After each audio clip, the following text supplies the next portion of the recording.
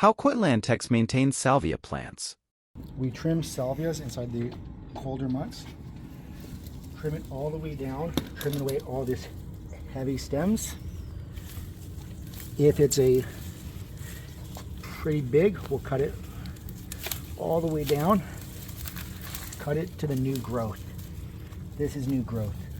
When it's a soft leaf, we'll cut it all the way around. Keep in mind, we're doing hundreds of houses each week, so this is a quick process. Sometimes it helps to have out huge tarps around the whole thing, but this example, just trim it.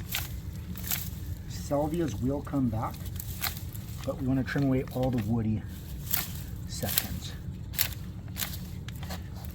Okay.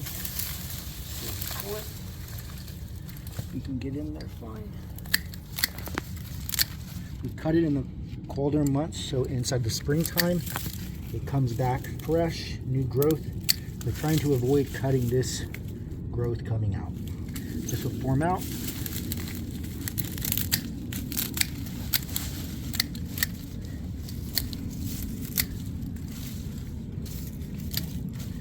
Okay. Clean around it. We will broom everything up, break up the whole set area. It should look like that at the end.